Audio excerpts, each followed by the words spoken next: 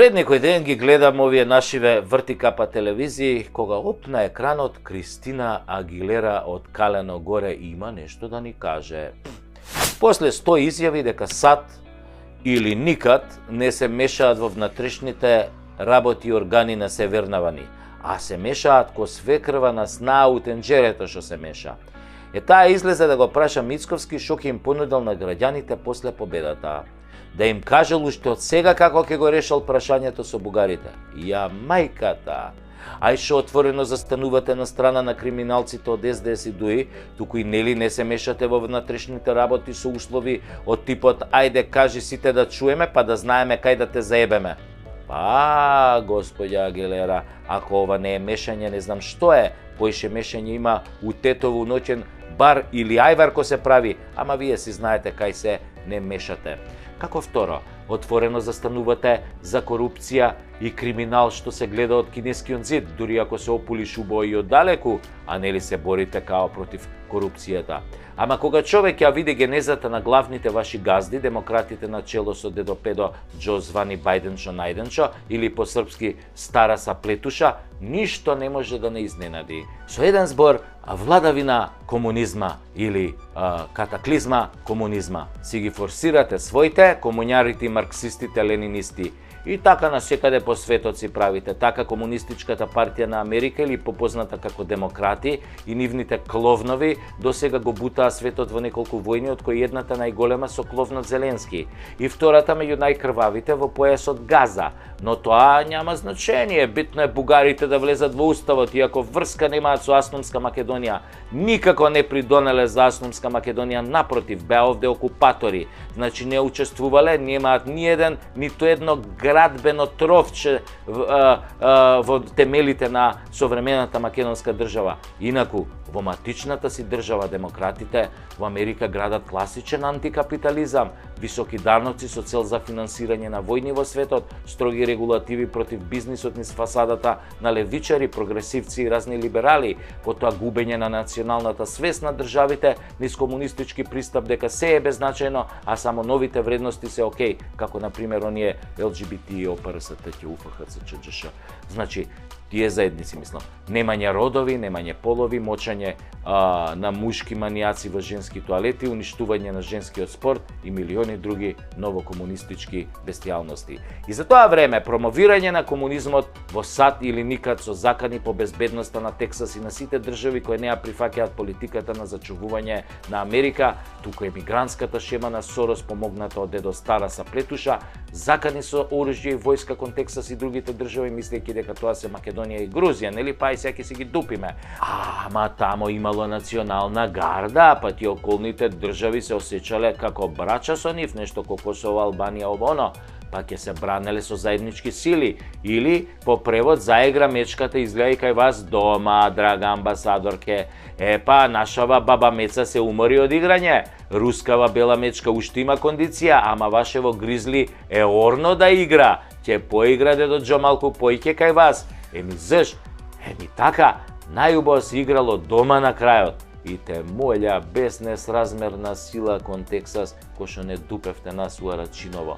Немој да си се излажал да употребиш тешка артилерија, ке си го примиш, аберо тексашани културно и достоинствено ќапниш еден локум, што им го извезовме од Крушево, една тулумба поголема и ке фатиш џадено за Вашингтон и ке му се извиниш на Трамп што го оплечка пред 4 години, а ние сами ке им се извиниме на СДС и ДУИ во мај. А месец мај е месец кад јебе чика јова змај. Ај сеа, амбасадорке, глеј си тоа Тексасот и не паламуди.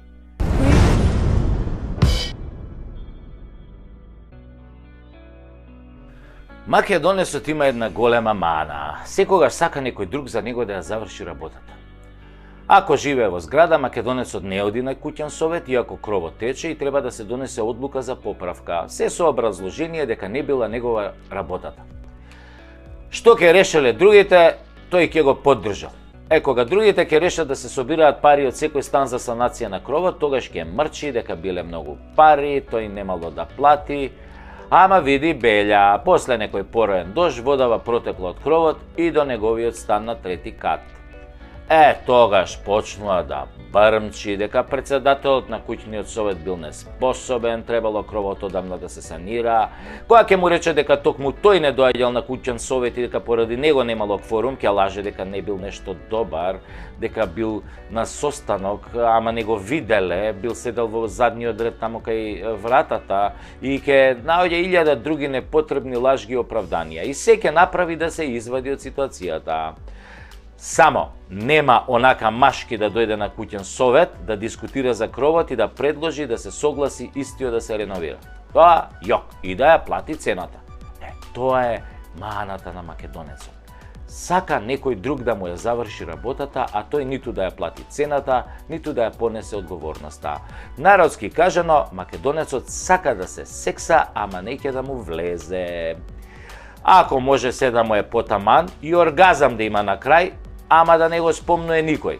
Логика покриен гъс никој не го плука. Исто и ебан гъс. Сака многу и да лаже, нели, како подкрепа на целата приказна, а уште повеќе македонецот сака да биде излажен. Леле, колку македонецот сака да го лажа. Ако има 10 луѓе околу него и 9 му се роднини му ја зборуваат вистината, тој ќе му верува само на едниот странец кој ќе го лаже и ќе го отруе од лажење. И не мора да е странец, може да и некој од Муртино да кажеме, но Беловец. Да, македонецот многу сака хохштаплери кога го лажат и да им верува на нив сака и да се продава на ситно сака, например за радиодифузна такса. Сака да се продаде, например. Исто така многу сака и да мрази без причина. Да види некој на улица или на телевизија и без никаква причина да измислува приказни за него и да го мрази. Ама нема да го мрази овој што го лажел, што го труел цело време. Не, него до крај ќе го почитува, ќе има респект кон него. И на крајот кога ќе дознае големата лага, кога ќе дознае колку бил лажен од овој, пак ќе му верува, мислејќи дека сепак нешто ќе ќари од тоа што ќе му верува и понатака. Тоа дека е генерално ситна душа и дека е плашлив, се можеш да му направиш, нема да се побуни.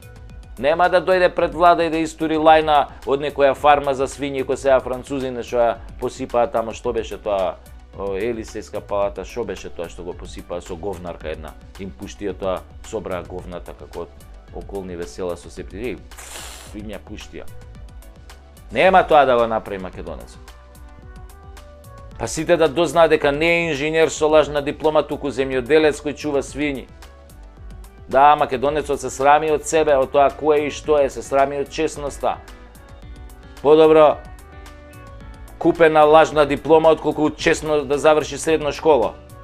Мрази честна работа до душа и се восхитува на криминалци и лажговци. Ке се искрши да се поздрави со некој политичар, ке се лигави ако треба и ке премолчи кога истиот ке се удвара на жена му, ама нема да најде сила во него да му залепи во очи дека е криминалец и дека бил излажан од него 100 пати. Македонецот исто така побрзо ќе отиде на викенд отколку да си ја смени судбината на избори, да излезе и да гласа, да кажеме, како човек, како човечко суштество. Достоинствено и гордо. Одиш и со пенкалот им кажуваш на предавниците и лажговците дека им дошол крајот. Не, тој ќе чека и тука некој друг да му ја заврши работата. Некој друг како него, кој што чека некој друг како него и така до бескрај. И така, на тој начин нема да излезат ни 20% на гласање и лоповите ќе си останат на власт. И предавниците ќе останат на власт и ќе сотрат се живо во земјата со својот грабеж и рамилак. Зошто бе? Зошто не се однесуваме како човечки суштества? Туку како ликни, како полжави. Зошто? Затоа што македонецот бил дунда и чекал под кошула да дојде и да го исексаат. Се криел. А што требало да направи? Што требало да направи? Сега, јас ќе ви кажам со еден пример од еден култен југословенски филм што требало да направи. Конечно, македонецот треба да се дотера и да отиде на гласање. На гласачкото место треба да покаже кој е кој и кој одлучува за судбината на оваа земја. Дека за судбината на оваа земја одлучува токму тој, македонецот. Кога ќе стигне, треба само da go zaokruži livčeto i glasno da vikne: "Đe ste pičke stigo Zdravko Čolić?" Posle toa će bide odličan koncert.